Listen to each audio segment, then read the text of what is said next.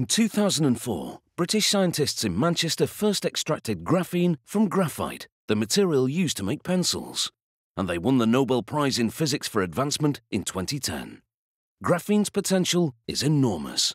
It's 200 times stronger than steel and yet incredibly light. Currently, graphene is being used in sensor chips to sniff out or detect chemicals in the air and disease enzymes in blood. These silicon chips are dotted with thin flecks of graphene. The flecks are transparent and only 1 atom thick, so applying them to silicon chips is an involved process. Graphene is man-made in labs like this one, using a process known as chemical vapor deposition. A technician slides a capsule containing a copper foil sheet into a furnace. He screws a cap on the end of the capsule and shuts the furnace lid. The machine is then switched on, and all the oxygen is driven out of the chamber by argon gas. When the furnace reaches 1000 degrees Celsius, the technician introduces methane gas and hydrogen.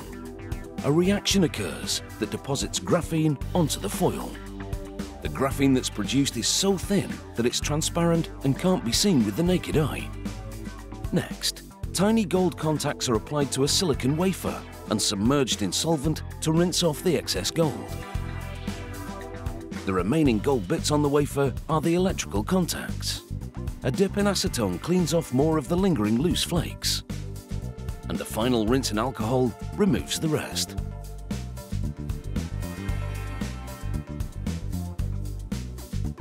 Using a diamond-tip scribe, the technician scores the silicon wafer and breaks it along the score lines, creating rectangular chips.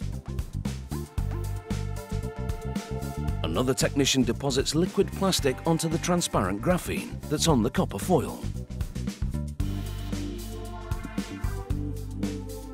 He locks the foil in a machine called a spin coater.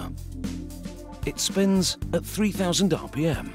This causes the plastic to spread evenly across the graphene film on the foil. It also accelerates the curing of the plastic. Then, the process of separating the plastic-coated graphene from the copper foil begins. He clips a wire to a set of tweezers. Using the tweezers, he picks up a small piece of the plastic graphene and copper sandwich and plunges it into water.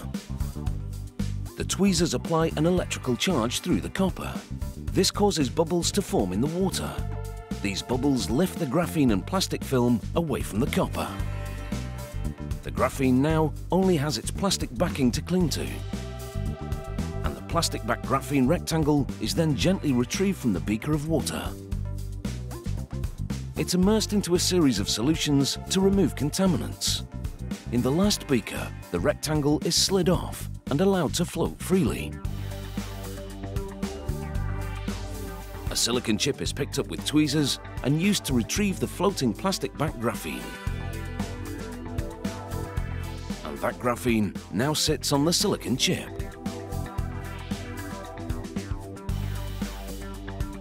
After taping metal stencils over 3 of the graphene-covered chips, they're suspended above gold pellets in a machine known as the evaporator. A large bell jar is placed over the evaporator before a technician turns on the heat. As the gold evaporates, a vacuum pulls it to the stencils and the exposed graphene, and it adheres. Then the gold cools and solidifies. The stencils are then removed from the chips, revealing gold horizontal runners between the contacts. The chips are then transferred to a plasma etcher. Plasma gas floods the chamber and strips off all the graphene that isn't protected by gold. Only the gold contacts and the gold-covered graphene runners remain on the chip. Solvent is used to dissolve the plastic backing. It takes the protective gold with it, leaving only the graphene behind. We now have a completed graphene sensor chip. It's time to test its sensory powers. A technician exposes the chip to antibodies for a certain disease protein.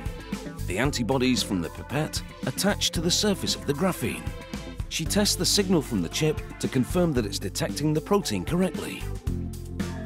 And with testing complete, the graphene chip is ready to sniff out chemicals and diseases wherever it can find them. But that's just the beginning for this amazing discovery.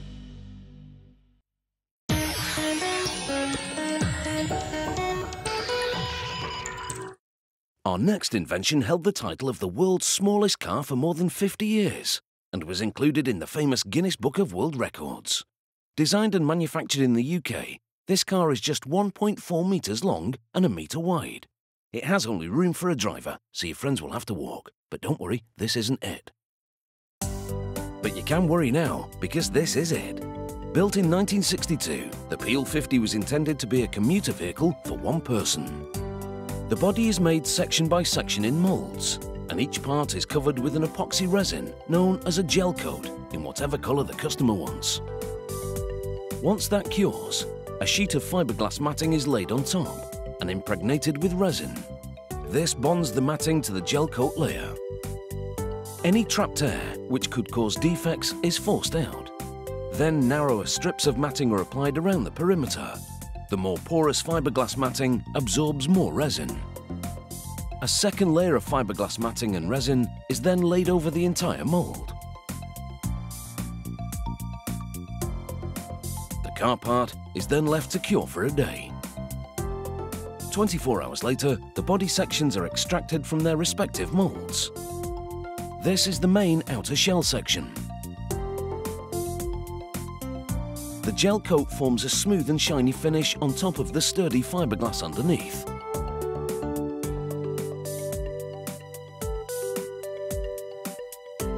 Using a saw equipped with a small blade, all the excess fiberglass is meticulously trimmed away until all the edges are tidied up.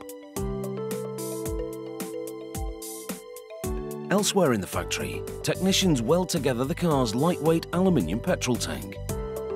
It holds 4 litres of petrol.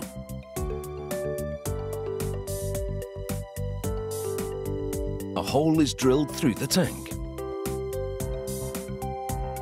and the filler tube is welded into place, complete with its screw-on cap. The car has 3 wheels, 2 at the front and 1 at the back, which is driven by the engine. Engineers assemble the wheel hubs one at a time and mount them onto the triangular suspension of the axle. Then they flip over the steel chassis and install the disc brakes on each wheel. On the rear wheel, they mount a sprocket for the chain that the engine drives to rotate the wheel. Then a shock absorber is added to the rear wheel, along with hydraulic brake lines and brake calipers for all 3 wheels. The engineers then bolt the wheel and tyres onto the wheel hubs. The tyres are only 15 centimetres in diameter. After installing the 1-cylinder engine in the middle of the body, the chassis is bolted on, connecting the shock absorber on the rear wheel to a mount underneath the body. Next, all the electrical components are installed, such as the headlight, the brake lights, the indicators, and the windscreen wiper. Drivers also have the option of having an electric engine installed. If that's required, 4 12-volt rechargeable batteries are fitted. The car uses a rack and pinion steering system. The steering column is attached to a circular gear called a pinion. When the driver turns the steering wheel in one direction, the pinion moves that way along the rack, which is a track with teeth connected by rods to the front wheels. The rack moves and turns the wheels, which steers the car. With the vehicle now mechanically complete, all that's left to do is install the windscreen and windows. They cork the aluminium frames with silicone, insert them in the opening, then rivet them to the car. Inside, the engineers mount the steering wheel and the dashboard, which houses the speedometer, the indicators, and the full beam light. They then hang the door that they moulded earlier, which has since been fitted with chrome hinges and a handle. The style consistent with the original 1960s design of the car. A vinyl driver's seat is fitted, and next to that, opposite the door, sits the petrol tank and the reservoir for the windscreen washer fluid. With moped wing mirrors and its exposed engine, the world's smallest production car is ready to hit the road and take on all weathers. Let's just hope there's not a big gust of wind anytime soon. Or hitchhikers for that matter.